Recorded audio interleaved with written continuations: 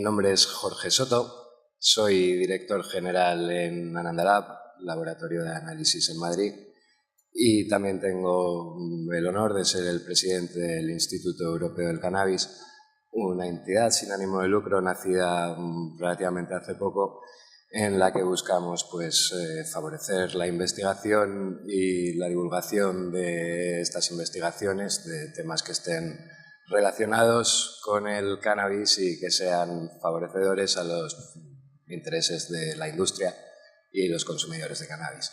Cosa que no siempre ha sido así. Hace tiempo cualquier investigación científica que estuviera relacionada con el cannabis normalmente lo que estaba era directamente basada en ir en contra del cannabis. Os quiero agradecer a todos que hayáis venido, porque realmente es una hora complicada, a las 3:30, el evento está como está, llenísimo. Supongo que tendréis un dolor de pies, un hambre porque alguno ni habéis podido comer, de las colas que hay en todo, porque como siempre este es el evento referente en Europa y cada año se ve más claro que va a más y a más y a más y a más. Yo creo que dentro de poco ya habrá que buscar un sitio, el Nou Camp o algo así, para que se pueda estar todo el mundo, porque eso es una locura. También quisiera agradecer a la feria y a la organización de las World Cannabis Conferences que me vuelvan a invitar otro año más. Compartir mesa otra vez más con Mariano para mí es un honor, con el Dr. Santis igual. Y ya sin más, vamos para adelante y vamos a hablar un poquito de lo que nos atañe hoy, que es la ciencia del cannabis. Y es que la planta con la que nos relajamos, con la que nos evadimos, divertimos, algunos diréis colocamos, puede salvarle la vida a ti, a tus familiares, o puede tener efectos muy positivos en tu salud o en un montón de aspectos de tu vida. Porque el cannabis no es solo droga, el cannabis es medicina. Y es que desde que Mekulam y Gaoni hace un montón de años aislaron, definieron y nos dieron a conocer lo que era la molécula del THC, la industria del cannabis ha desarrollado un montón y hemos aprendido un montón de cosas. Al principio parecía que eran unos cuentos de fumeta o de hippie, pero se ha demostrado que no lo es. En Estados Unidos, de hecho, se ha visto el efecto del cannabis medicinal y se ha visto la acogida que ha tenido. Estados Unidos nos quitó el cannabis y Estados Unidos realmente nos lo está devolviendo poco a poco. Todos los países vamos detrás a nivel regulativo de ello y buena muestra es lo que ha ocurrido después de las varias iniciativas de legalización que ha habido ahí y que se han aprobado. Todo el mundo ha venido detrás legalizándolo. Pero es que la droga encima no es tal cual pensábamos. Esta maravillosa planta, porque a todos nos gusta fumar. Yo mismo hoy me he fumado realmente 5 o 6 porros por la mañana en la feria con diversos clientes antes de venir aquí. Y esta maravillosa planta hemos aprendido que, aparte de que no es solo droga, sino que es medicina, es una droga que es complicadísima. Esto no es alcohol, no es un vodka que en el fondo todo es alcohol de mayor o menor graduación, pero todo te hace lo mismo. Esto es una montaña de compuestos aromáticos, de cannabinoides, que todos tienen una relación y una sinergia entre sí que hacen un efecto realmente complicado y del cual no hemos aprendido demasiado. Sabemos cosas, sabemos hoy en día que lo que influye principalmente de cara a la psicoactividad es el ratio de cannabinoides o el perfil terpénico, pero no tenemos muy claro, excepto en unos cuantos terpenos, cuáles son sus efectos sobre la psicoactividad, igual que no lo sabemos sobre cuáles son sus efectos sobre también el efecto medicinal, porque también lo tienen. Yo, desde un puesto privilegiado que tengo para ver el desarrollo de la industria como director de un laboratorio de análisis, he podido ver cómo había pacientes de organizaciones con las que trabajábamos que decían, joder, me he dado cuenta que lo que me sienta bien ya no son ni siquiera ratios de cannabinoides, son las variedades que son ricas en alfapineno. Y dices, leche, o sea, Yo conozco a David Watson, seguro que os suena por su nombre de pila. Sam Skunkman fue el que inventó la skunk, básicamente. Y David a mí me lo contó hace tiempo, que cuando él decía en los 90, porque él sí que tuvo una posición privilegiada en la industria, podía trabajar legalmente cultivando y haciendo cualquier clase de cosas en Holanda con una empresa muy potente. Cuando aisló cannabinoides y tomó THC, dice, esto no me sienta igual que cuando fumo, no es agradable. Voy a ver si lo mezclamos con otros cannabinoides y copiamos los ratios, tal cual. Y aún así le faltaba algo. Y dice, la percepción psicoactiva son los terpenos. Y el índico sativo, realmente el que una planta tenga los entrenudos largos, la hoja fina, es lo que hace que a mí me active o me deje planchado, como se dice literalmente. No, son los terpenos. Es una locura y de lo que queda todavía muchísimo por investigar, porque esto está avanzando cada día. Avances, pues, interesantísimos desde el punto de vista lúdico, desde el punto de vista para las farmacéuticas. Es un mercado súper dinámico que está creciendo a día de hoy. Había gente que comparaba que la industria del cannabis iba a crecer en los próximos 10 años a un nivel más rápido de lo que creció la industria del teléfono móvil, cosa que me parece una locura, pero estaremos aquí para verlo, espero. Pero van a salir cosas que son muy interesantes. Yo conozco una persona que trabaja en el sector farmacéutico, que es muy cercana a mí, es un tío bastante gracioso, y siempre me comenta que si hay algo que siempre da dinero a las farmacéuticas, siempre son los medicamentos o productos que estén relacionados con la panza, porque para adelgazar todo el mundo quiere meter dinero, lo que esté relacionado con el pelo, porque nadie quiere quedarse calvo. Vamos a hablar un poco de la calle, lo que esté relacionado con el pito, porque a todo el mundo le gusta el sexo, ¿vale?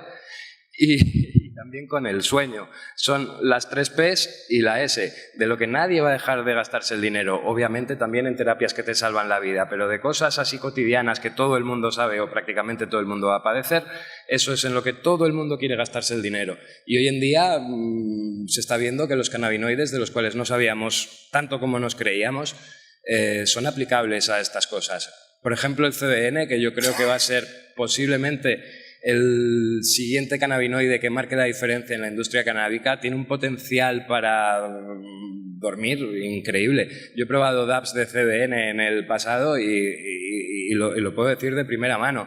También es un producto complicado, sobre todo para gente que no tiene tolerancia a los cannabinoides. Te da fácil un mareo. Yo creo que darle a nuestro padre que nunca se ha fumado un porro una píldora de CBN según los miligramos que le des, lo mismo en vez de mandarlo a la cama, lo mandas a la cama del hospital. Pero bueno, está claro que tiene un potencial grandísimo para las farmacéuticas. El THCV, la tetrocannabivarina, es un producto que está comprobado que es supresor del apetito. Y hasta hace muy poquito, todo el mundo decía que además era el Ferrari de los cannabinoides porque colocaba muchísimo y de una manera muy enérgica, pero ahora parece que se está diciendo que no. Ahora se está diciendo que es lo mismo que el falso mito que había con el CBD. CBD, no sé cuánto tiempo lleváis relacionados con la industria, pero el CBD, yo que estaba trabajando en varias cosas antes de esto, en cáñamo industrial y en misma marihuana y en grow shops y en bancos de semillas, el CBD, todo el mundo te decía, no, CBD es lo que te da el sueño, CBD es lo que te hace plancharte en el sofá. Si es mentira, el CBD de hecho tiene un efecto que vamos a llamarlo así, prácticamente que anula gran parte de la psicoactividad del THC. A gente que le sienta mal el THC, cambiándole el ratio y metiéndole más CBD, consigues hacer que prácticamente ni lo note. Mi hermano, por desgracia, la madre de su mujer tiene cáncer de estómago, tiene un tumor en estado 4 y le hemos estado dando aceites de CBD. Empezamos con un ratio 1,30, fuimos moviéndolo cada semana y al final en 1,11. Y ella no sabe lo que es estar colocada. Le fue cogiendo tolerancia y con la cantidad que necesita tiene todos los efectos positivos, pero no tiene los negativos.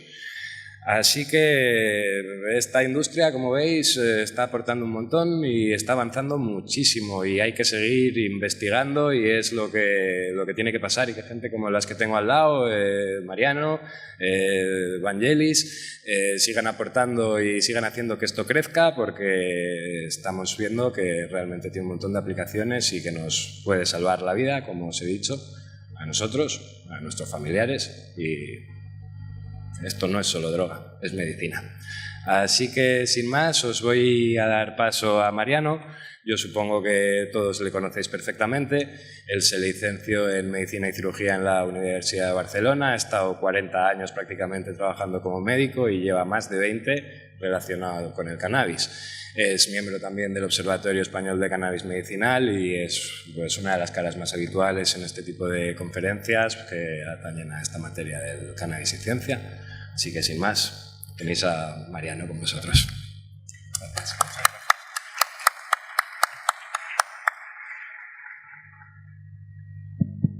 Hola, buenas tardes a todos.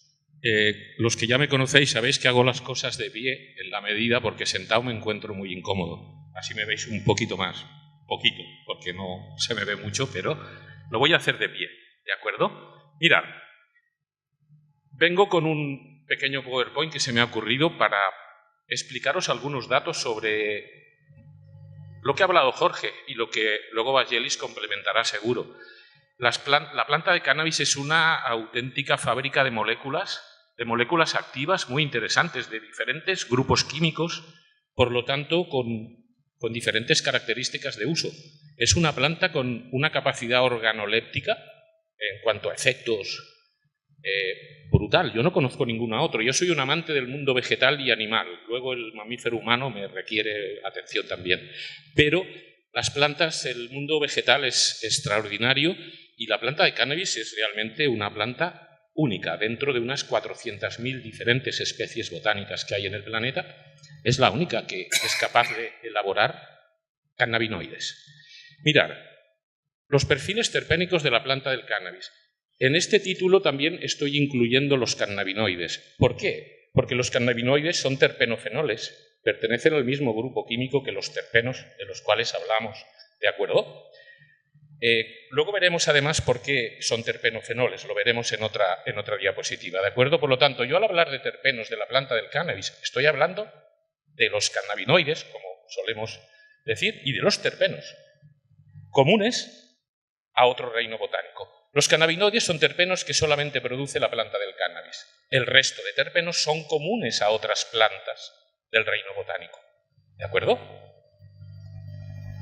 Jorge comentaba antes, características de las plantas. Hablamos de sátivo índico. Bien, hablamos de sátivo índico y claro, sobre todo hablamos de esto cuando las plantas son originarias del lugar.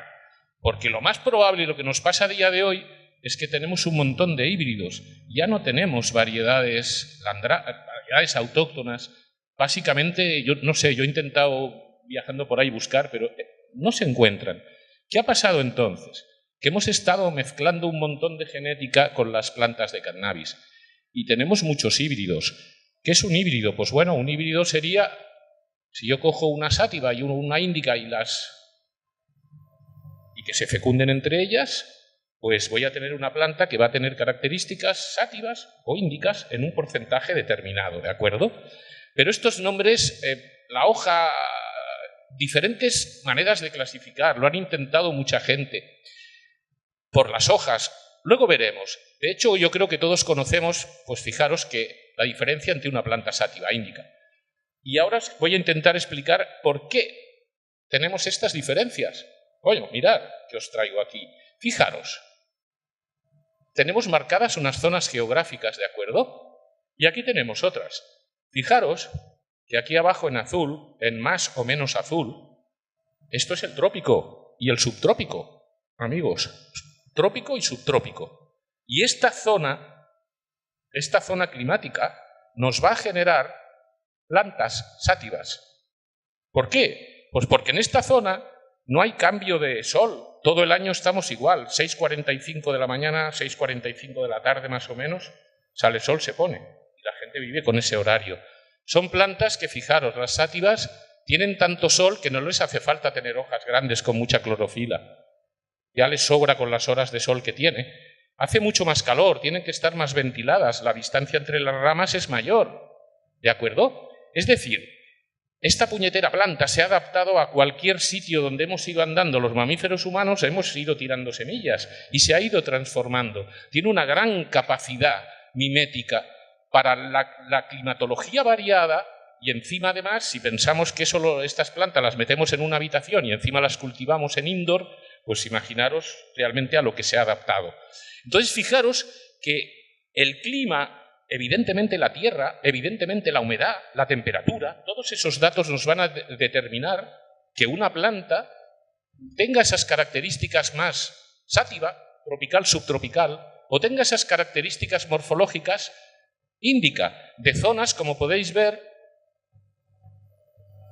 Originariamente probablemente las plantas eran, se dice, índicas de la zona Pakistán, Afganistán, norte de India, y luego ahí las fuimos llevando por todos lados. Pero en definitiva, pensar que el clima y la zona geográfica determina un tipo de planta u otro. ¿Y eso por qué?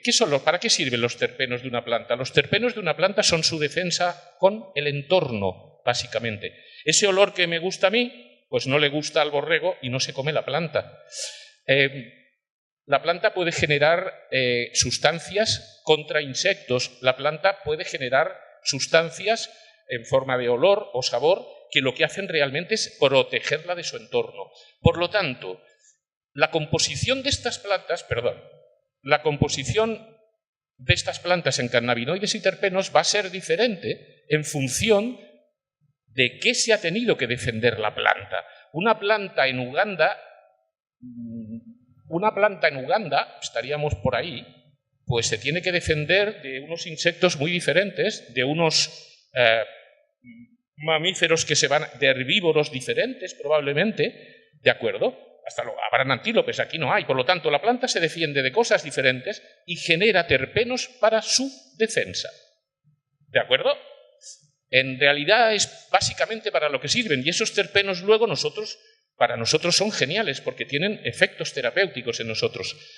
Todo esto siempre os voy a decir ahora, para que no se me olvide, que el protagonista de esto realmente es el sistema endocannabinoide, no es el cannabis. Los cannabinoides son, para mí, interesantísimos porque son sustancias con las cuales puedo trabajar a través del sistema endocannabinoide y son las menos tóxicas que conozco. Se ha intentado trabajar sobre el sistema endocannabinoide con moléculas sintéticas y han muerto 4 personas. Podemos recordar Rimonabant, año 2009, podemos recordar Laboratorio Vial, Francia, 2016. Hay datos de esto. En cambio, los que trabajamos con cannabinoides, con fitocannabinoides, yo el mayor problema que he tenido se ha solucionado en 24 horas. Por lo tanto, terpenos. Los terpenos van a variar, como os digo, en función de dónde esté plantada la planta. Y los terpenos le sirven a la planta para defenderse de su entorno. Se ha intentado clasificar de muchísimas maneras. El profesor Clark últimamente, hace un par de años o 3, creo, hizo otra gran obra. Bueno, en definitiva, podemos intentar clasificar la planta por su forma, por su tamaño, por su efecto, por su uso. Todo esto está pensado así. Pero, ¿qué quiero yo conocer de la planta que quiero utilizar? Yo quiero conocer qué cannabinoides tengo en esta planta y quiero conocer qué perfil de terpenos tengo en esta planta. ¿Por qué? Fijaros, esto ya son estudios serios publicados sobre los efectos de los terpenos. Aquí tenéis sinergias. Si yo el limoneno, ¿cómo puedo potenciar efecto de las famosas sinergias de cannabinoides? Pues ahí tenéis un poco de información en trabajos, como os digo, serios que ya están publicados hace tiempo. ¿De acuerdo? Mirad lo que os decía de los terpenofenoles. Fijaros que hay un precursor fenólico siempre para que a través del ácido olivetólico o el ácido divarínico generemos en una planta los diferentes cannabinoides. Para tener este conocimiento, para llegar a saber, ¿qué tengo dentro de esta planta realmente? A ver, a este paciente le ha ido genial pero no sé realmente qué tengo dentro, qué perfil tengo de sustancias. Claro, si nos imaginamos que en una planta de cannabis podemos encontrar pues, quizás 60 cannabinoides y quizás 100 terpenos, no lo sé, si es una planta muy rica, pero podría ser, imaginaros qué análisis tenemos, cómo podemos descubrir qué tenemos ahí dentro. Pues haciendo análisis. Aquí Jorge sabe perfectamente, y Vangelis evidentemente, de qué hablo. ¿Metemos aquí maquinotas? Sí, y yo amo la planta. A ver, la amo, la quiero mucho. Es una planta, para mí no es mágica, para mí no hablo yo de dioses, me llevo mal con ellos y con lo mágico, pero es una planta súper interesante. ¿Qué tenemos que hacer? Tenemos que hacer cromatografías. Es el método por el cual una mezcla compleja de sustancias podemos ir individualizándolas y saber qué sustancias tenemos y en qué proporción. Con ese conocimiento podríamos incluso, a día de hoy, ya tener algunas líneas de perfiles que ya sabemos que van a ser mejores para tratar a un niño con epilepsia refractaria, para tratar a un paciente con insomnio, para tratar a lo mejor a un paciente oncológico. Eso es muy interesante, por lo menos pienso que para los que nos dedicamos a intentar mejorar la calidad de vida de los pacientes con cannabinoides. Fijaros, si partimos de cultivos controlados, bueno, un cultivo controlado realmente tenemos que saber que una planta se puede cultivar en diferentes medios, pero si hablamos de tierra, que es lo más común, evidentemente, pues el sustrato en el que tengamos un cultivo, bueno, puede ser un problema. Si esa tierra está contaminada, pues podemos tener problemas con esa planta. Está contaminada con metales pesados. Coño, pues si no lo sabemos, el metal pesado puede no intoxicar de manera aguda, pero puede, por acumulación, generar problemas en una persona que se pase un año fumando una determinada hierba contaminada. Por lo tanto, los análisis en cuanto a cannabinoides y terpenos deberíamos aplicarlo en cuanto a contaminantes. Saber si han habido pesticidas, fungicidas, hay aflatoxinas, ¿tenemos algún hongo por ahí? Todo eso deberíamos mirarlo. Si el cultivo es controlado, ya todo eso se puede... Bueno, si tú tienes una tierra controlada, si tú estás en un cultivo de interior, supongamos un indoor controlado, en humedad, temperatura, pues bueno, si lo estás haciendo bien realmente, no te harán falta insecticidas, no te harán falta pesticidas. Se pueden utilizar biológicos incluso, ¿de acuerdo? Creo que es importante hablar de esto. Evidentemente tenemos que analizar cuantitativa y cualitativamente las diferentes variedades de cannabis o extractos con los que vayamos a trabajar. Ojo, para el tema lúdico también es interesante todo esto, ¿eh? Yo hablo de mis pacientes, pero al que se echa es totalmente interesante, creo yo también, para un mayor conocimiento, para no intoxicarnos tan rápido. Porque el uso de cannabis, yo estoy a favor de él, pero del bueno, no del que veo muchas veces. ¿Qué tenemos que determinar? ¿Qué cannabinoides tenemos aquí dentro? ¿Qué terpenos?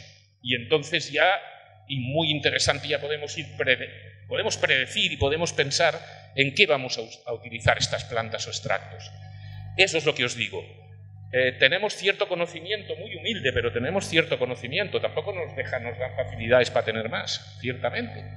Pero sí que ya podemos hablar, incluso con la doctora Paola Villegas en Colombia, una gran colaboradora, tenemos un buen equipo de trabajo. Estamos trabajando ya, ella ya lleva un tiempo en esto y estamos trabajando en este ámbito de trabajo que creo que puede ser interesante. Podemos elaborar con cannabis productos personalizados, evidentemente.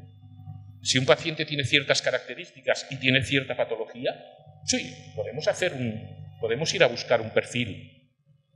Y podemos incluso, además, otra cuestión, podemos enriquecer cosas. Si yo tengo un perfil de una planta de cannabis, a ese perfil vehiculizado en un aceite, vehiculizado para administrarlo, yo le puedo añadir otro aceite que contenga, o un aceite esencial que contenga limoneno. Claro que sí, ya lo hemos hecho y está funcionando bien. Porque claro, si solo dependes de los cultivos, a veces es muy complicado, sobre todo si no te dejan cultivar lo que quieres. Fijaros, cuando hacemos esto realmente podemos minimizar los efectos secundarios para muchos pacientes, porque al trabajar con perfiles controlados, realmente podemos dejar de usar algunos cannabinoides o algunos terpenos que en ese momento no nos interese usar. No siempre nos interesa usar todo lo que hay en una planta, evidentemente. Y fijaros una cosa, el THC que bien abre el apetito, ya, coño, pero si tengo un paciente obeso, pues tengo un problema que tengo que arreglar de otra manera.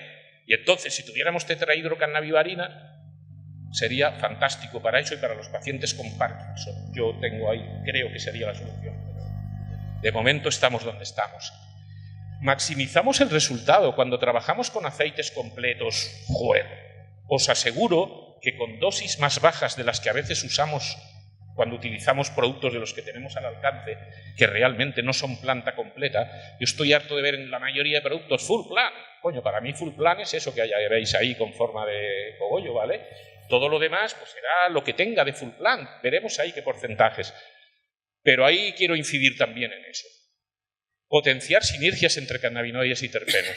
Como os digo, antes veíamos en aquel cuadro, hay sinergias, evidentemente. He encontrado alguna asinergia, en concreto entre el cannabigerol y el cannabidiol, que tengo que ver si es verdad o no. Tienen un efecto contrario, agonismo-antagonismo, sobre el receptor de serotonina 1.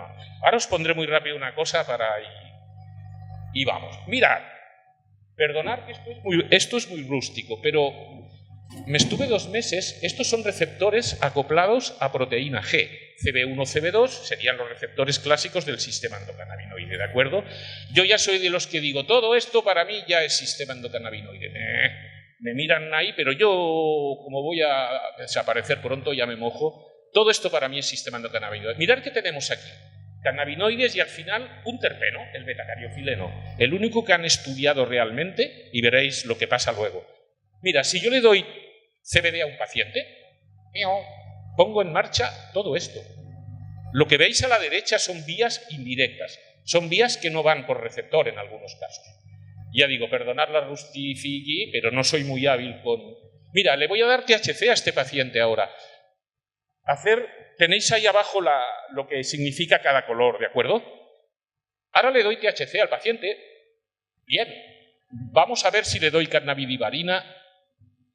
Y si pruebo con tetrahidrocannabivarin, coño, el CBN del que hablaba Jorge, ahí lo tenemos. Y el cannabigerol, mirad lo que os decía antes, cannabigerol bloquea el receptor de serotonina y el cannabidiol lo activa. Los dos son ansiolíticos, según dicen los estudios. Habrá que ver el qué. Seguimos un poco. Las formas ácidas de cannabinoides actúan a través de receptores activados por proliferador de peroxisomas. Y fijaros, el único terpeno que han estudiado realmente un poco, coño, pues va por el sistema endocannabinoide, chatos. La sospecha que hay por ahí es que los terpenos no están muy estudiados. Pero fijaros, el betacariofileno activa el receptor CB2 al parecer y actúa a nivel de receptores activados por proliferador de peroxisomas, que ponen en marcha todo eso que veis ahí. Por eso es importante saber qué manejamos. Por eso es importante estudiar el sistema endocannabinoide, que en el fondo es todo esto que os estoy poniendo por aquí. Y ya para acabar, mirar, cuando damos cannabinoides, claro, el sistema endocannabinoide nos genera los endocannabinoides, son moléculas ahí que están por ahí poquito a poquito, actúan localmente, no circulan. Y nosotros llegamos ahí con una dosis de cannabinoides, yo me imagino el torrente ahí, el sistema diciendo, coño, que se nos viene encima, porque actuamos realmente, aunque sean microdosis, con dosis que yo creo que son muy altas para lo que es el sistema, pero es una reflexión. Mirad, cuando yo doy un cannabinoide, activo un receptor, pues os voy a ir poniendo vías diferentes que pasan cuando activamos. Esto es sistema endocannabinoide, amigos. Cada un cuadro de estos son vías diferentes que se activan o no cuando damos cannabinoides. Y aún hay muchas más. Entonces, esto es complicadísimo. ¿Cómo vamos a comprender todo esto? Probablemente necesitemos estudios mediante simuladores de procesos biológicos con un buen informático que nos haga un buen software para poder realmente... Hay quien ya lo está haciendo para estudiar sistema endocannabinoide y tener ciertos resultados pronto. Porque esto, bueno, mira, me dejaba el último que sale, y esto es muy complicado. Y el cannabis va por esta vía. Luego yo creo que, os digo lo de siempre, voy a seguir usando la planta, por supuesto, pero me gustaría saber más cosas de esto. Muchas gracias a todos.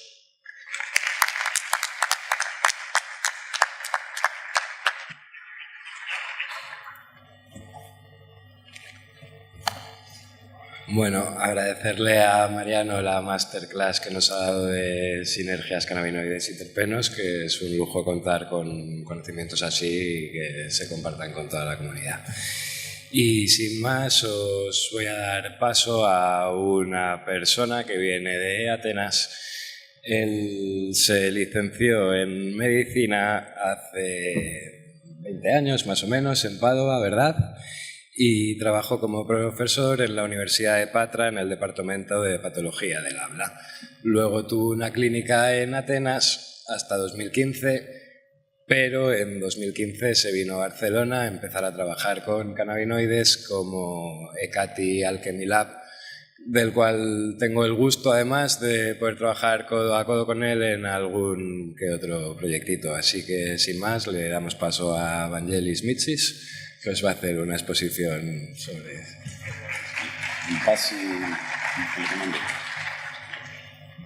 Good afternoon, ladies and gentlemen. Mariano.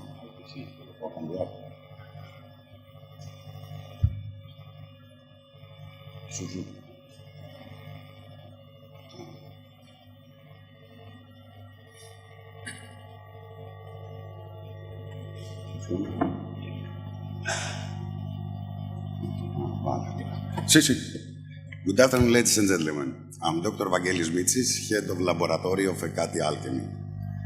The subject that I would like to talk to you about, since it is a conversation that I very often have with a lot of friends and people of the cannabis industry, is the ethical contemporaneous dilemmas between laboratories and society. As Mariano and Jorge said before, our relationship and evolution with cannabis plant has existed for 10,000 years. We use it as food, medicine, cloth and rope. But only the last decade we have started explore, study and research on it. One of the most significant success of the scientists nowadays is the genome mapping of cannabis. The study found that among cannabis 10 chromosome number 6 holds the production of THC and CBD. This means that this specific DNA sequence holds the production of CBGA, which is a primary cannabinoid. Also in the same study we found that Hemp cannabis sativa L and cannabis drug form evolved from the same single plant. They share 85% of their proteins, and the fact that they have the possibility to recombine indicates that they are the same species. Of course, selective breeding by humans in the recent years have increased the yield of THC and CBD in their respective plant types. But now with the precise information that the genome map provides for genetic and the scientific ways that we have to manipulate this material will speed up the breeding effort. Instead of spending years or decades of error to crossbreed new cannabis new strains with specific predetermined characteristic with the exist in a few plant generation can hit the market nearly instantly. Genes could be modified to be expressed stronger, as Mariano say, indica or sativa traits, produce more cannabinoids or terpenes, or just to create bigger buds. Other characteristics, more specific, like the rapid of plant growth or the ampelic to pest or specific terpenes, could be added nowadays into the cannabis genome. The techniques that we have to manipulate the cannabis genome, the main techniques are two. It's the GenGan and the CRISPR technology. Let's pass.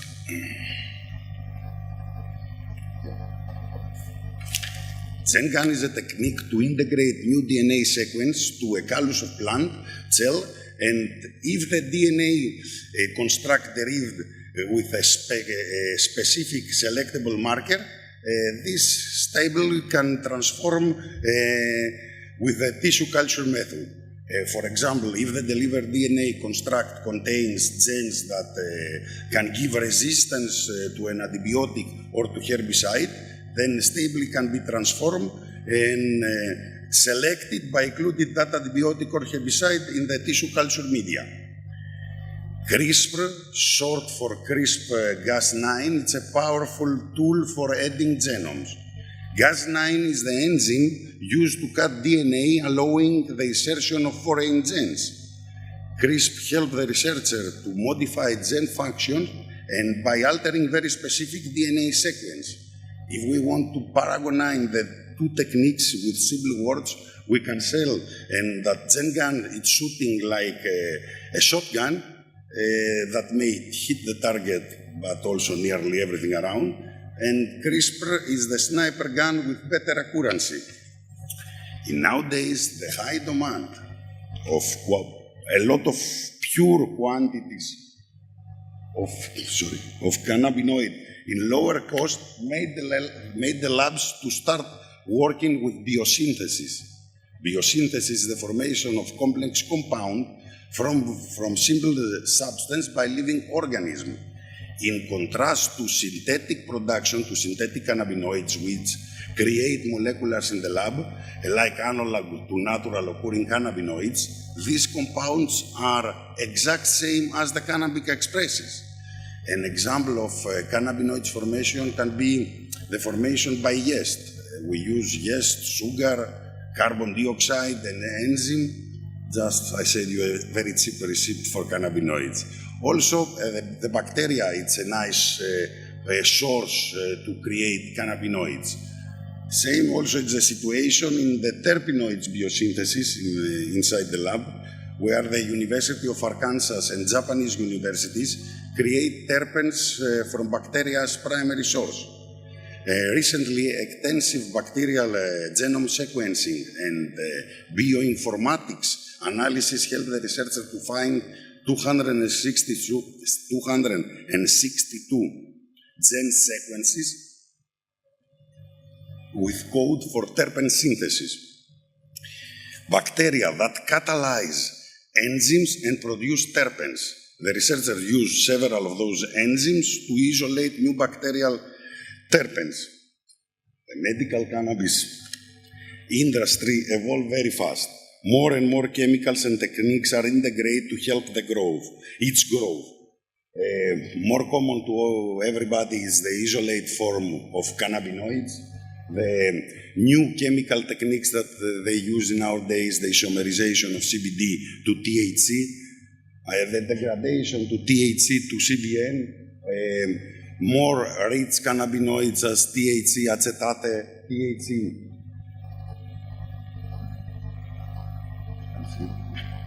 Hydrogenate, and also techniques that create nanoemulsion, hydrosoluble cannabinoids. Still today, we know that the cannabinoids can be dissolved in alcohol or in lipidic molecular, but with these techniques, we can create water-soluble substance. Also evolves the techniques of extraction from the CO2 extraction or ethanol extraction that we use till today. We are going to more sophisticated system as the ultrasonic extraction. Also in the agronomic sector, we have more and more techniques that they integrate to the cannabis industry. One of the main is the tissue culture, the micropropagation. The beauty of the tissue culture is that unlike conventional methods, the growers preserve a living specimen almost perpetually through minimal efforts and using minimal space. Some small pieces of tissue from a few cells from a mother plant can create hundreds of identical clones in aseptical conditions. Plus, nowadays we have the use of specific hormones with the name PGR, plant growth regulator, that is a natural or a synthetic chemical that is sprayed or otherwise applies to a seed to alterate the characteristic. The growers use PGR to the crops to achieve desirable goals as the increasing of the pest resistance, root strength, and growth. As I said at the beginning, we evolved with this plant for thousands of years. We had explored new continents, sailings around the world, dressed and tied on cannabis. Even holy testimonies, new state constitution and laws have been written on hemp paper. All this until the beginning of 19th century that starts the prohibition. For 100 years, people were put in prison. Fields were burned or poisoning with glyphosate, destroying the landrace species of cannabis and restricting the biodiversity. This type of helicopter is present, guess from who, to the South African authorities to spray with herbicide cannabis fields.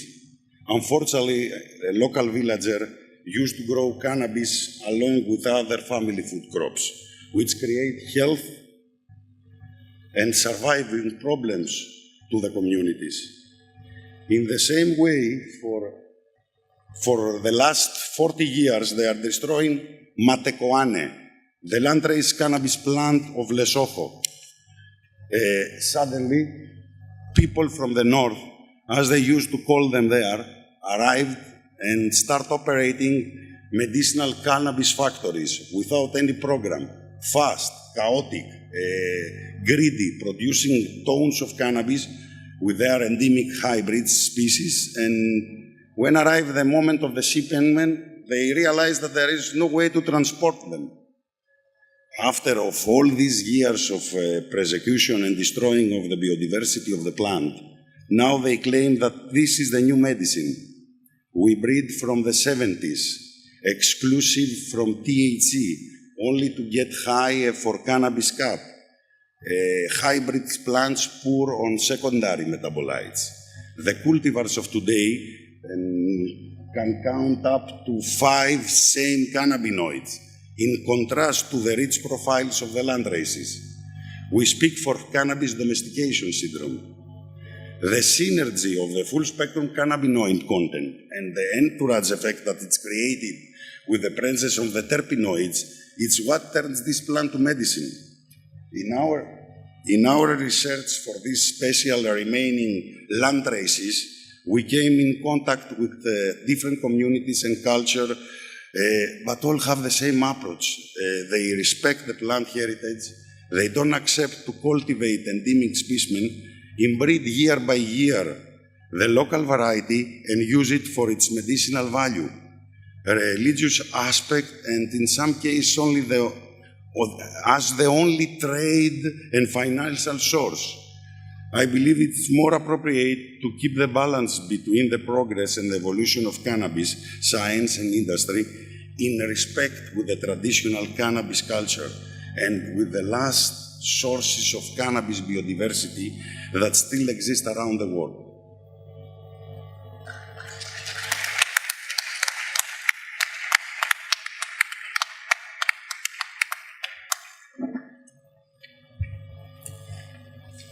Bueno, pues ahora pasamos a un turno de preguntas, así que sin más os lanzo yo la primera. ¿Quién tiene la primera pregunta?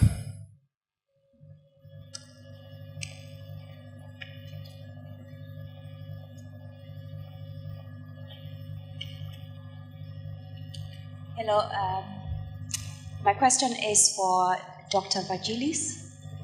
Thank you. I'm actually a consulting for some growers in the Kingdom of Lesotho, and one of the growers is actually growing the one of the landrace strains, and it's true that it's in the last few years that has not been explored, but this is I think that's coming back. Excellent. Now going to your presentation, you talked a lot about what was it? Let me see. Manipulating the cannabis plant. How far is too far? Because also now there's a big talk about synthetic cannabis. Montesano is coming up with the GMO cannabis. So how far is too far? First, I'd like to speak about the synthetic and the biosynthetic cannabinoids. The synthetic cannabinoids actually it's made in the lab, and they're looking to assimilate in the function with the cannabis coming cannabinoids. The biosynthetic cannabinoids, it's cannabinoids that it's made using living organism and create moleculars near to, or actually the same with as the cannabis cannabinoids. Now, for the how near we are, actually, it's very difficult to respond because there is so many laboratories around the world. These techniques are not inventing for cannabis. These techniques exist for other crops, and the genetic manipulation, the GMO, it's using for research scope from several universities under bioethic rules, and I hope to remain like this. Mariano, enhorabuena por la charla, me ha gustado mucho. Te quería comentar sobre los terpenos, que has estado hablando de ellos. Has hablado que sobre todo son, digamos, un mecanismo de defensa para las plantas, pero por estudios científicos también que se sabe que son de atracción a ciertos polizinadores y a ciertos insectos que para reproducirse y tal, y es un aspecto que también hay que tener en cuenta. Mi pregunta va relacionada sobre ellos, ya que son, digamos, de defensa en las plantas. ¿Eso no indicaría que son de alguna manera tóxicos en nuestros organismos o en nuestros, ¿no? digamos, asimilados por nuestras células? Lo primero, agradecerte la puntualización porque tiene muchísima razón. De hecho, hay terpenos que favorecen polinizaciones o favorecen aspectos positivos de la planta, y me lo he dejado. Gracias, amigo. Esto es la suerte de que solemos ser un poco los de siempre, los que nos vemos y nos apoyamos. Has dado una pregunta bien. Sí, podría ser muy lógico que realmente si son de defensa sean tóxicos pero por el hecho de que sus efectos los vamos a obtener a través del sistema endocannabinoide y por el hecho de ser los fitocannabinoides realmente son muy poco tóxicos para nosotros. La realidad es que es así. El análisis que hace sería muy lógico. Hostia, si yo tengo en esta planta me está generando... Fijaros, con el CBD es muy curioso.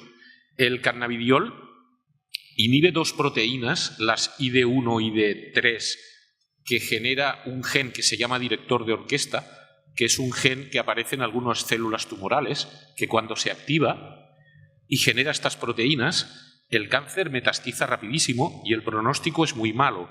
Pues en la planta, el cannabidiol que generan algunas variedades de cannabis sirve para que ese insecto que está generando una oruga, que se está alimentando durante la crisálida, se detienen esas proteínas de la oruga y la crisálida muere. Es una chorrada, pero es chulo ver... Y eso en nosotros funciona. ¿Con toxicidad? No, es lo que te iba a decir, ¿ves? Por ponerte este ejemplo, el cannabidiol como defensa es tóxico para esa oruga, la mata. La mata porque esas proteínas interfieren en un crecimiento rápido celular, por explicaroslo rápido. Entonces, lo que sea tóxico no quiere decir que para nosotros. Realmente yo no he encontrado ningún cannabinoide o terpeno, utilizándolo con un poco de raciocinio y siempre, evidentemente, en base a los datos que tenemos, no me he encontrado ningún problema de toxicidad. Sí, ahora, por ejemplo, el alfa-pinene, que está bastante presente en todos los tipos de marihuana, se sabe que es bastante tóxico, ¿no? Que lo que está haciendo es oxidar precisamente las células nuestras y las está matando de alguna manera. Y se encuentran tantos porcientos muy elevados de diferentes variedades de marihuana. Entonces, esto sería muy interesante. Sí. A nivel que decías antes de tener un snapshot o una foto de este metabolismo, poder acabar reduciendo para esas enfermedades que a lo mejor sí que les puede influenciar más, como sea el cáncer, porque realmente está degradando las células, intentar reducir ese tipo de compuestos que están en grandes dimensiones como el alfa-pineneno, ¿no? Como un terpeno. Sí, perdón. No, por favor. Y luego otro aspecto muy interesante que has dicho sobre las pathways, sobre las rutas metabólicas que estabas mencionando antes. No sé en qué base científica lo has dicho, o sea, perdón, sé que tienes base científica, no quiero ofenderte. Simplemente lo que te quería mencionar es, ¿son puros estas pruebas que has hecho? Y al no ser puras, ¿quieres decir que no sería mejor una visión global de toda la planta? Es decir, teniendo en cuenta aminoácidos, ácidos orgánicos, otro tipo de fenoles, y al final poder caracterizar de alguna manera estas enfermedades según todo un screening de todo el metabolismo que tiene la planta? Pues absolutamente de acuerdo en estas puntualizaciones. De hecho, sí, lo que sí te quería comentar es que yo, pobre de mí, no investigo nada. Lo que pasa es que estudio muchísimo e intento leer todo lo que otros pueden investigar. Aquí es complicado. No tenemos ninguna facilidad para trabajar con esto, ni mucho menos, ni facilidad ni dinero realmente. Son dos problemas gordos en el sector para poder hacer cosas interesantes, aunque en la cabeza tenemos cosas. Por un lado, decirte que el sistema endocannabinoide es, por lo poco que sé, o otros saben mucho, yo sé lo que sé, es muy sutil. Realmente encontramos efectos bifásicos incluso con los cannabinoides. Es decir, el cannabidiol realmente en una situación puede ser un antioxidante y en otra situación puede ser un prooxidante. Todo esto es conocimiento del sistema endocannabinoide y conocimiento de esas vías de señalización que son las que hacen que podamos tener estos efectos curiosos. Es muy complicado cómo funcionan los cannabinoides y los terpenos realmente. No solamente activan, desactivan, sino que activan de cierta manera, influyen unos con otros, interactúan. Todo eso es muy complicado. Sustancias tóxicas que tengamos en cannabis y que no sepamos qué o no sabemos, es posible, pero yo de momento considero que es una planta realmente poco tóxica, si comparamos con otras. Sigo pensando eso. Cualquier conocimiento, Jorge, que se dedica a lo que yo he dicho que es importantísimo, tenemos que saber qué tenemos por aquí dentro. Evidentemente, para mí, ¿hasta dónde podemos llegar en el análisis o una cromatografía de una planta de cannabis?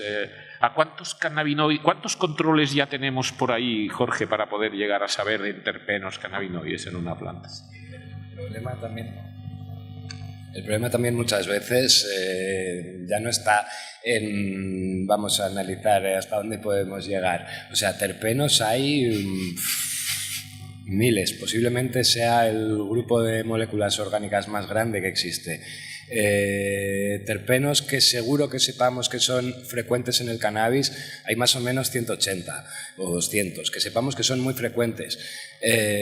Analizar 200 terpenos en un análisis es harto de complicado. Al final requiere equipos que valen una auténtica fortuna, ya no solo comprar el equipo, sino mantenerlo, comprar patrones que en muchos casos para algunas de las moléculas ni existen. O sea, puedes tirar también simplemente de análisis cualitativos para intentar identificar con las librerías de los espectrómetros de masas, que muchos equipos tienen librerías, pero posiblemente te salgan terpenos que no tienen ni nombre. O sea, es unos cuantos números y cuatro cosas y dices, vale, ¿y qué es esto? O sea, es realmente complicado, y pensar que es un abanico tan grande de moléculas y que no se ha investigado, que lo que hoy parece una verdad, mañana llega alguien y te da en la cara con tu verdad y resulta que te estabas basando en una evidencia que no resultaba ser tan evidente.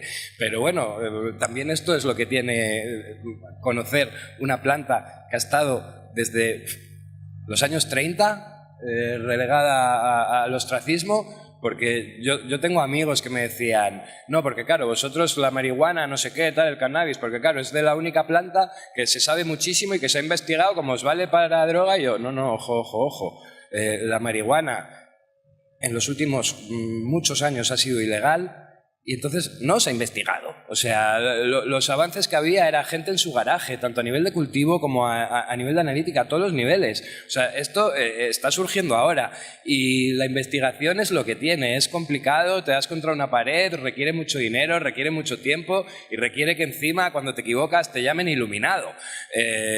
Pero bueno, yo creo que lo que es importante es que se siga empujando, se siga yendo para adelante y que sigamos descubriendo cómo realmente funciona esto, porque está claro que no tenemos 100% claro todos los mecanismos de acción, ni de los cannabinoides, ni de los terpenos, ni de nada, de verdad. O sea, es que, como decía mi abuelo, esto está en bragas. O sea, es que es tal cual, está verde y lo estamos desarrollando entre toda la comunidad, entre los que son científicos, entre todos. Y hay mucho de lo que aprender todavía, mucho en lo que invertir para poder conocer esta maravillosa planta. Pero queda tiempo. Darle unos añitos y lo tendremos mucho más controlado todos y podremos contar lo que han avanzado todos los científicos, pero darle tiempo porque esto queda mucho tiempo.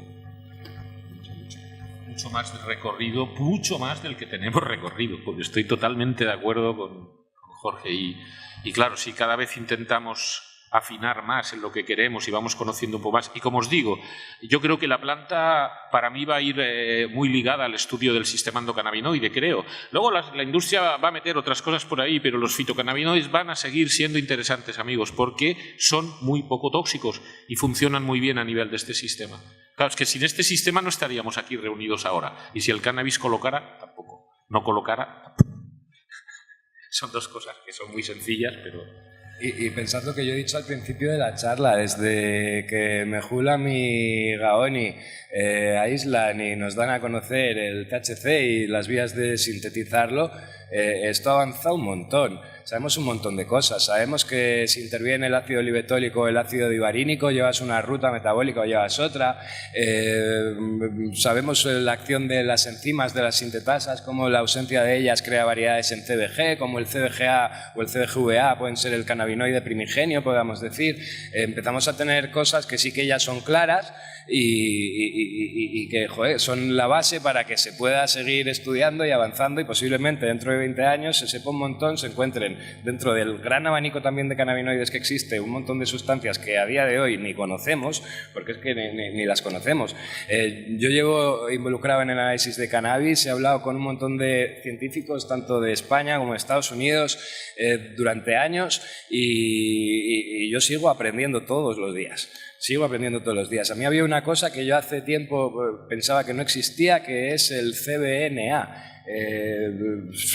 O sea, hace un poco cuando ya empezamos todos a hablar del CBN y pensamos que era un producto de degradación del THC, el THC ya descarboxilado, no el THCA, se degradaba por luz ultravioleta, por oxidación en CBN y de repente ahora existe el CBNA. ¿Qué viene el CBNA? De la degradación del THCA, ese THCA por un lado se evapora, por otro se convierte en THCA, por otro lado se convierte en THC, las descarboxilaciones, entonces, ¿para dónde van? O sea, es todo de verdad. Incluso a niveles muy básicos hay todavía mucha falta de saber. O sea, es que es así, es una realidad. Hace falta todavía muchísimo tiempo, muchísimo gasto para que conozcamos esto. Es una planta tan complicada y tan maravillosa que vamos a tener que tirarnos unos cuantos años con ella. Que eso está bien porque nos va a dar trabajo a mucha gente y es una maravilla, pero queda por saber. ¿Alguien más? ¿Quiere preguntar algo? ¿Nadie? Muchas gracias por esta presentación. No, solo una cosa, hablando por tu pregunta de seguridad de los terpenos, como en los últimos años he ido estudiando un poco el tema.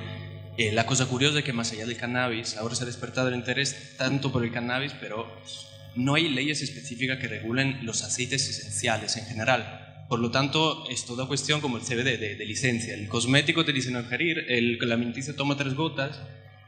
¿Y qué pasa? Que ahora se está despertando interés porque la gente ha empezado a utilizarlo de forma libre y sin unas pautas, al menos una diluición, ahí sí que puede haber peligrosidad, porque ponte un aceite esencial directo en la piel o en la boca, puede haber algún problema. Toma de 30 mililitros de eucaliptol, la palmas, y entonces sí que tiene que ser bien diluido, que no tiene un porcentaje como los vaporizadores, o un limoneno se sabe que hay una biodisponibilidad muy alta, como en un 70-80%, pero también, hasta donde he estudiado, se acumula, tarda en salir del cuerpo y se acumula en las partes lipofílicas, entonces, pues en el cerebro sobre todo. Esto no sé lo que implica, pero simplemente que hay que tener cierto cuidado con la dosificación a veces. Hacerlo con conciencia y con un poco de formación. Sí, pero también me gustaría, es que me gusta tu pregunta, además sé que tú sabes bastante de terpenos. Hay una cosa que me gustaría puntualizar, y es que al final si tú ves una analítica de una variedad de cannabis, el contenido de un terpeno 1 a 1 es mínimo. O sea, para que tú te tomes 2 mililitros de limoneno, te tienes que fumar Jamaica. O sea, tal cual. Primero te va a dar un pedazo de amarillo y un dolor de garganta que no vas a poder seguir fumando limoneno, ya te lo digo yo. Y para beber limoneno, que es malo, hay una cosa, no sé si se llama potomanía o algo así. Hay gente que tiene una tendencia obsesiva a beber agua todo el día y de hecho es malísimo, y el agua, pues somos 90% agua. También yo creo que está un poco todo en tener cabeza. O sea, si a alguien le va bien la aromaterapia y enriquecer con terpenos sus extractos o sus aceites que toma de manera sublingual o tal, pues está muy bien, pero tampoco creo que deba coger a empezar. No creo yo que el limoneno, tomar algo que tenga mucho limoneno en la misma lengua tiene que ser bien desagradable. O sea, eso para empezar, pero bien desagradable. Sí, perdona, solo completar. Totalmente de acuerdo. Fijaros que un aceite esencial, un tomillo quimiotipo linalol, puede tener un 35% en linalol y otro 30% en acetato de linalilo, que pasa a ser linalol luego en nosotros. Claro, estos son sustancias muy potentes. Lo que os decía antes, el sistema endocannabinoide anda ahí con la anandamida, el 2-araquidonilglicerol, por ahí actuando localmente a nivel molecular, y joder, cuando llega el cannabis llega a chorro. Realmente, sí, yo trato pacientes con esto y nos damos cuenta muchas veces de que necesitamos utilizar menos dosis de las que nos imaginamos y son más efectivas. Y respecto a los terpenos, lo que ha hecho Jorge, bendita naturaleza. Yo soy muy ateo, pero hostia, a veces dudo viendo lo perfecto que son estas cosas. La natura que nos ha ofertado realmente unos terpenos en un porcentaje que tenemos en una variedad de cannabis muy rica en terpenos, hasta un 2,5% y se acabó, no hay más, creo. Imagínate los 0,0 que hay por ahí.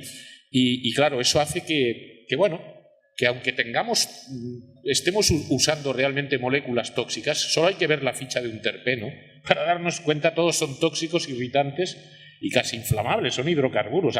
Por eso podemos hacer andar los coches y todo con la planta, por eso está tan por ahí en el rincón, pobre. Pues en definitiva eso, sustancias muy potentes que tenemos que balancear y que tenemos que usar con mucho cuidadín. Sí, por supuesto. De todas maneras, yo creo que con el tema del cannabis últimamente veo una moda, ya esto es un poco mi vena activista, de ponernos límites.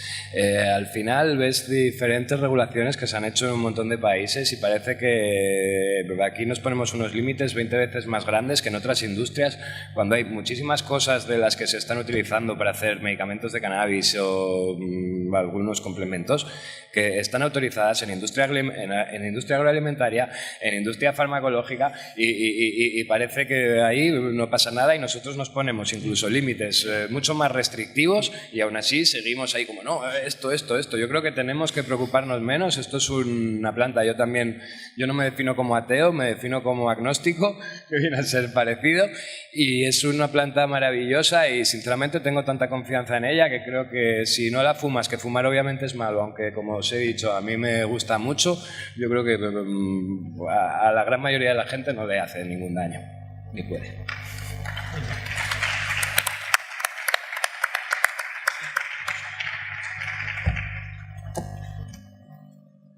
Yo creo que nos hemos pasado de tiempo, yo creo, incluso.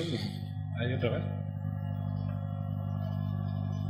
Perdón, no puedo hablar en español, so I want to put the question in English, because the session is about the ethics of manipulating the plant. What right do we as human beings have to play with the plant and make it adapt to our needs? But from what I learn is that we have been with cannabis for many thousands of years, and we have survived because we've used cannabis as a medicine. and our neurological structure is shaped by cannabis. So in a way we can say that cannabis has manipulated us for thousands of years. So maybe it is time that we get back to and start manipulating cannabis so that it serves more our needs than us serving the needs of cannabis. I would like to have the reaction of the panel. I didn't hear the question at the end. Yeah. Slowly, and I apologize for not Spanish. But what you are saying to us, cannabis has manipulated the human brain structure.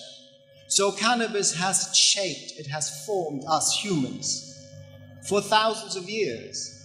So the ethical question about manipulation of the plant is not a right question. The question is... The opposite. How exactly? I said the opposite. For the key is in the land traces. Before to start to manipulate the cannabis genome inside the laboratories, we should return in the field and to find what is remaining from the last land traces specimen of cannabis in the world and start to work with this to see what is hiding in the percentage of the cannabinoids that they contain.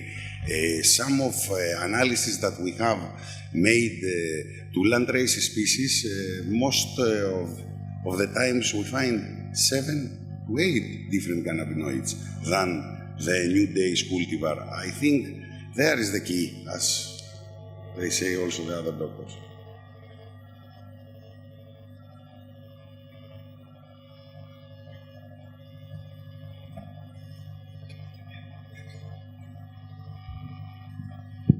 Hola, buenas tardes. Vengo de Chile a esta conferencia, muy interesado. No es mucha la información que circula normalmente en países del hemisferio sur, al menos desde una perspectiva científico-técnica. Nosotros nos enfrentamos recientemente al tema de la prohibición y vamos avanzando a poquito en la libertad de aprovechar el cannabis. Yendo a la pregunta, la mayoría de las propiedades en todos los vegetales que se relacionan con el ser humano desde su emergencia entre las otras especies tienen que ver con propiedades que se desarrollan en la tensión. Plantas como la quinoa, que en Sudamérica es habitual del altiplano, resiste niveles de cambio térmico muy importantes, pasa de los menos 20 Celsius a los 40, de un momento a otro, con lluvia entre medio. La planta se va haciendo resistente. La planta se va haciendo y va transmitiendo esa herencia. Algo así decía, doctor, en un inicio a propósito de los terpenos y de cómo esto le sirven a la planta para defenderse. En el caso de los humanos, y en particularmente la zona donde nosotros nos alimentamos, donde hay muy pocos depredadores naturales. En Chile hay un bicho, una araña que mata, pero en general uno puede ir a acampar y las plantas son benévolas. Muy pocas cosas uno las come y se puede envenenar. Pero si estamos hablando de los cannabinoides, estamos hablando de la resistencia que la naturaleza genera ante el ambiente, en la especie. Y en el caso de los principios activos que le hacen bien al ser humano, siempre tienen que ver con la tensión, con los lugares donde hay un enfrentamiento contra lo natural importante. Y rescatando lo que decía la persona recién, o sea, nosotros nos hemos acostumbrado a vivir y a sobrevivir gracias a estos principios activos. Y les vamos encontrando uso y vamos transmitiendo culturalmente ese uso a través del tiempo. Los cannabinoides siempre jugaron un rol fundamental, y no solamente en la supervivencia humana, sino que también en la forma en cómo el humano concibe el mundo. La prohibición vino a quitarnos un poco esa herencia larga que tiene que ver con los pueblos que antiguamente ocupaban esto, y otras sustancias también. En la Amazonía es común el ayahuasca y es común curarse con eso. Occidentalmente ahora recién se está entendiendo desde la técnica y desde lo científico. Entonces, lo que yo quería plantear era eso en el fondo, que si se trata de la tensión siempre, se trata de la resiliencia también. Porque la naturaleza cuando desarrolla la capacidad de defenderse es capaz de adaptarse y seguir al otro lado. En el caso de los seres humanos habitamos casi todos los climas, desde la Antártida hasta la Luna, pronto. Podrá ser que la tensión, el estrés de la planta, en el caso nuestro y en el caso de nuestra adaptación al mundo, tenga que ver con el fondo como con hacernos resistentes al estrés de la naturaleza misma. Y hemos sobrevivido porque nos hemos organizado para resistir el estrés, los depredadores, el mal clima. Pero los principios activos parecen emerger en el estrés. Y nosotros parecemos depender un poco de ellos. No sé qué pueden...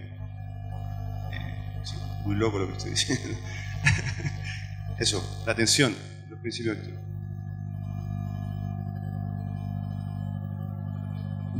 Pues no sé qué responderte, la realidad. Vamos a ver, yo en parte creo que sí, que realmente el entorno es el que va generando, interactuar con un entorno nos va a ir generando diferencias a un ser vivo, probablemente. No sé, mis conocimientos de esto y biología son muy parcos, pero pienso que realmente el entorno es el que marca un poco la relación con el entorno, el que le va a pasar a un organismo vivo. El organismo se tiene que intentar defender de lo que no le es favorable en un entorno y dejarse llevar por lo que le es favorable y disfrutar de ello, supongo.